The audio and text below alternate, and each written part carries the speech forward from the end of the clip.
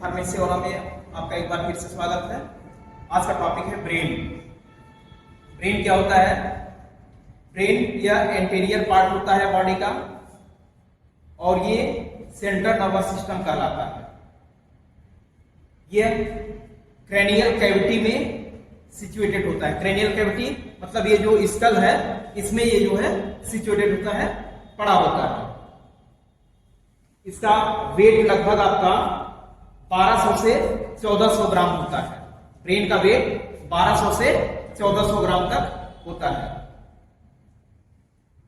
और इसमें million neurons पाए जाते हैं।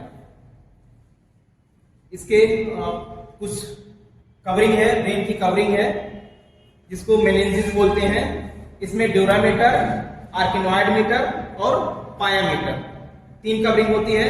ड्यूरामीटर, आर्किनॉइड मीटर और पायामीटर। ड्यूरामीटर में क्या होता है? यह ड्यूरामीटर सबसे बाहरी वाली जो कवरिंग होती है, ड्यूरामीटर सबसे बाहर वाला जो कवरिंग होता है वो कहलाता है ड्यूरामीटर। ठीक है। आर्किनॉइड मीटर क्या होता है? आर्किनॉइड जो मिडिल लेयर होता है, ब्रेन का जो मिडिल पार्ट होता है वह आपका आर्किनॉइड मीटर कहलाता है। मतलब 3 मेम्ब्रेन पाई जाती हैं। ड्यूरामीटर बाहर वाली मेम्ब्रेन कहलाती है और आर्किनॉइड मीटर बीच वाली मेम्ब्रेन कहलाती है और पायामीटर सबसे इनर वाली मेम्ब्रेन, सबसे नीचे वाली मेम्ब्रेन कहलाती है। ठीक, इस तरह से ब्रेन जो कितने मेम्ब्रेन हो गए ब्रेन में? 3 मेम्ब्रेन हो गए। ब्रेन का पार्ट देखते हैं। ब्रेन के 3 पार्ट होते हैं, फोर ब्रेन, मिड ब्रेन और हाइंड ब्रेन। ठीक है। ब्रेन में 2 हेमिस्फीयर होता है। ब्रेन 2 पार्ट में डिवाइड हो जाता है, उसको हेमिस्फीयर बोलते हैं। एक राइट हेमिस्फीयर और दूसरा लेफ्ट हेमिस्फीयर। एक राइट हेमिस्फीयर और दूसरा लेफ्ट हेमिस्फीयर। ये देखिए यहाँ पे इस तरह से ब्रेन 2 पार्ट में डिवाइड हो जाता है, एक राइट और दूसरा लेफ्ट। हेमिस्फीयर मतलब 2 पार्ट में डिवाइड हो जाता है। ठीक। अब जो हेमिस्फीयर होता है उसमें प्रत्येक हेमिस्फीयर में कितने लोब होते हैं? 4 लोब्स होते हैं। कौन कौन सा?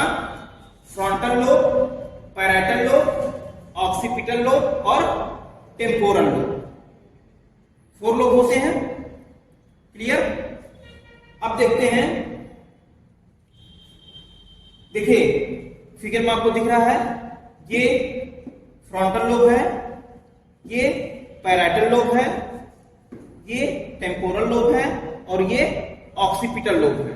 नीचे आप देख रहे हैं, नीचे आपका सेरिबेलम, ये आपको एक डॉटेड दिख रहा है, डॉट टाइप दिख रहा है, ये वाला,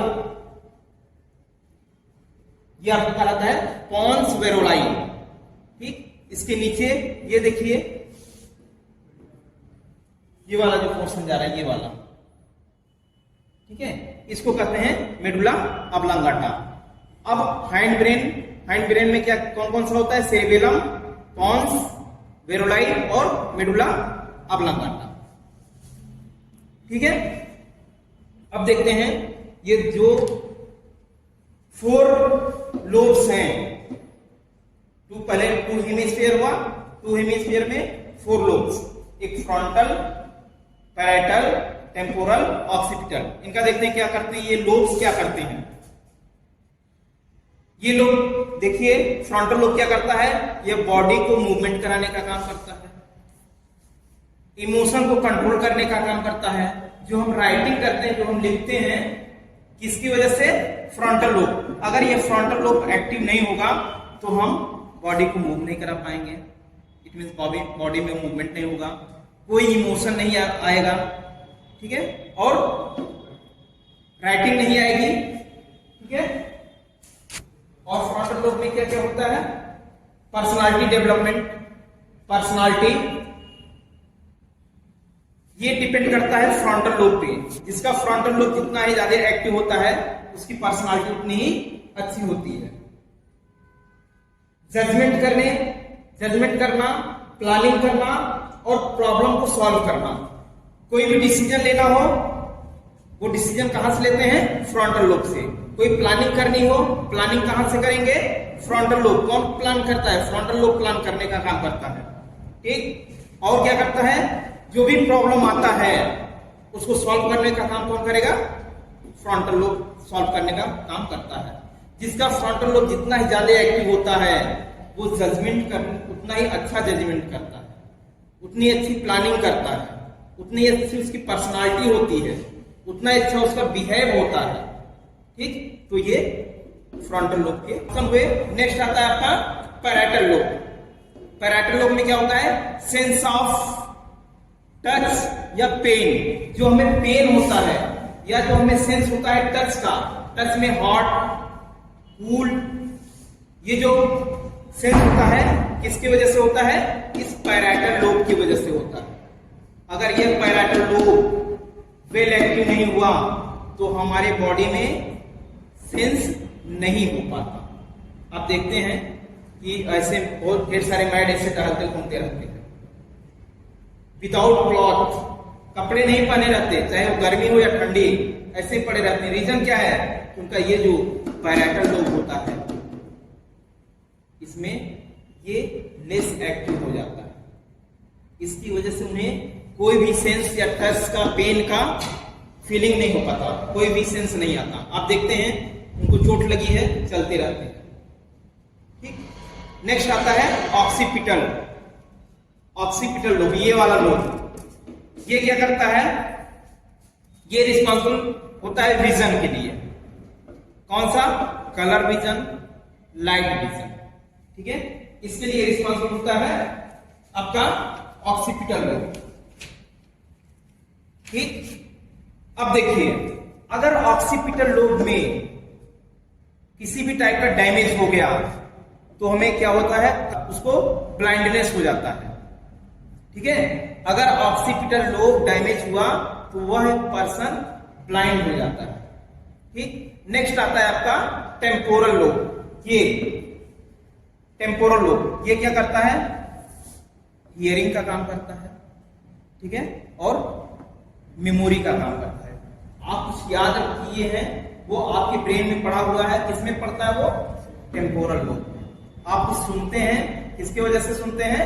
टेम्पोरल लोब। और टेम्पोरल लोब का एक सीक्वेंसिंग एंड ऑर्गेनाइजेशन।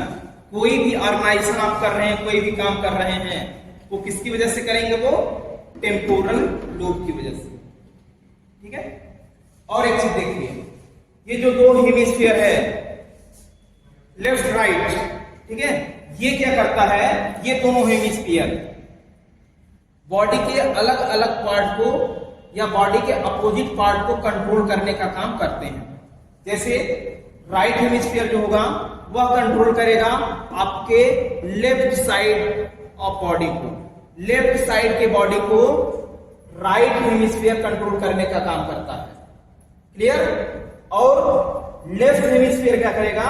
वह राइट साइड के बॉडी को कंट्रोल करने का काम करता है। आप देखते हैं पैरालिसिस, पैरालिसिस होता है, किसी किसी का क्या होता है कि इस साइड का पैरालाइज होता है। अगर लेफ्ट साइड का पैरालाइज, लेफ्ट हैंड या लेफ्ट लेग्स पैरालाइज हुआ तो आप इतना जानिए कि उनका ये जो राइट वाला ब्रेन है वह डैमेज हो रहा है। और अगर किसी में राइट साइड का पार्ट, हैंड और लेग्स पैरालाइज हो रहा है, तब आप समझेंगे कि आपका ये जो लेफ्ट ब्रेन है यह काम नहीं करता। ठीक है, तो ये हुआ आपका पार्ट ऑफ ब्रेन